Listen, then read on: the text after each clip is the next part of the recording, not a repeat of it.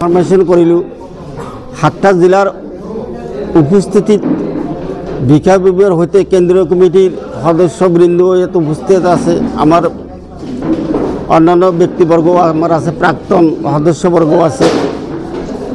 আমি নতুনকৈ কমিটি গঠন কৰাৰ যেটা আঁচনি লৈছিলোঁ সেইটো সিদ্ধান্ত, সেই সিদ্ধান্ত আমি প্ৰতিফলিত কৰিলোঁ। সেই সিদ্ধান্ত মতে আজিৰ আৰামচিৰ কেন্দ্ৰীয় কমিটিৰ সভাপতি সৰ্বসন্মতিক্ৰমে আব্দুল সাত্তাৰ আহমেদক নিৰ্বাচিত কৰা হ'ল আৰু এই সংগঠনৰ সাধাৰণ সম্পাদক হিচাপে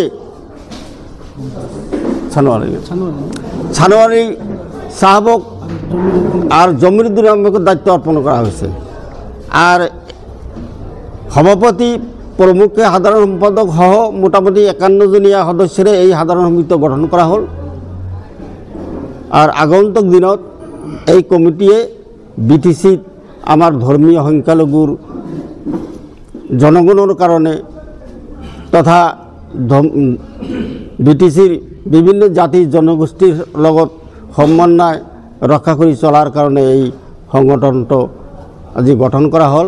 এই সংগঠনটো মূলতে আজিৰ পৰা বহুদিন আগতে প্ৰায় 93 চনৰ 27 আগষ্টত গঠন কৰা হৈছিল। তেতিয়াৰ পৰা এই সংগঠন বিটিসি চলি আছে আৰু আগন্তলৈকে চলি থাকিব। এই আমাৰ আৰামচিৰ উদ্দেশ্য যে সংখ্যালঘু সম্প্ৰদায়ৰ জনসাধাৰণ বিভিন্ন আৰ্থসামাজিক অবস্থাৰ কথা উল্লেখ কৰি আত্মহত্যা সমস্যা সমাধানৰ কাৰণে এই সংগঠনে কাম কৰি যাব, এই উদ্দেশ্য লৈ আমাৰ সংগঠন গঠন কৰা হ'ল।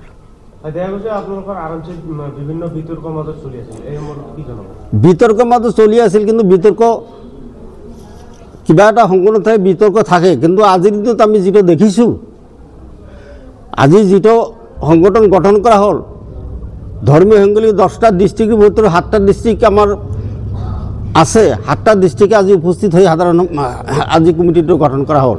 গতিকে ইয়াত বিতৰ্ক থাকিবলৈ একো কথা নাই।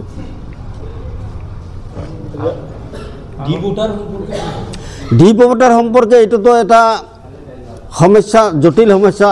এই সমস্যা ধৰ্মীয় সংখ্যালঘু পৰিষদে একো কৰিব নাই। সেইটো যদি ৰাজ্যিক পৰ্যায়ে বা কেন্দ্ৰীয় পৰ্যায়ে সমাধান কৰাৰ উদ্যোগ নেনে, এটা চৰকাৰী বিষয়। আমি ধৰ্মীয় সংখ্যালঘু সম্প্ৰদায় কি আৰামচিৰ পৰা ধৰ্মীয় সংখ্যালঘু পৰিষদৰ পৰা আমি দাবী উত্থাপন কৰিব যে এই সমস্যাটো সমাধান কৰা হওক।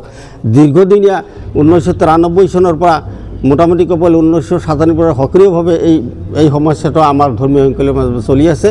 যাতে এই সমস্যাটো ইমান দীৰ্ঘদিনীয়া নকৰি চৰকাৰে যাতে এই সমস্যাটো অতি অনুপূৰ্ণ সমস্যা সমাধান কৰি আমাৰ সম্প্ৰদায়ৰ যাতে উপকাৰ কৰে, এইটোই আমি চৰকাৰক লৈ এই আমাৰ সংগঠনৰ তৰফৰ পৰা অনুৰোধ ৰাখিছোঁ।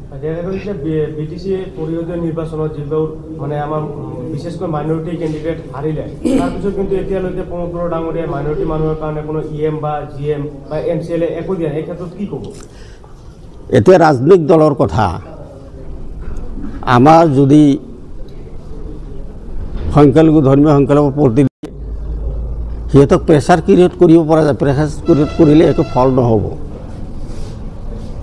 ৰাজনৈতিক পৰিস্থিতিত সিহঁতৰ পদক্ষেপ ল'বলৈ বাধ্য হয়। গতিকে এই ক্ষেত্ৰত আমি একো কৰিব নোৱাৰে, কেৱল অনুৰোধে জনাব যে আমাৰ ধৰ্মীয় সংখ্যালঘু মানুহক ইয়াত সন্নিৱিষ্ট কৰিব লাগে।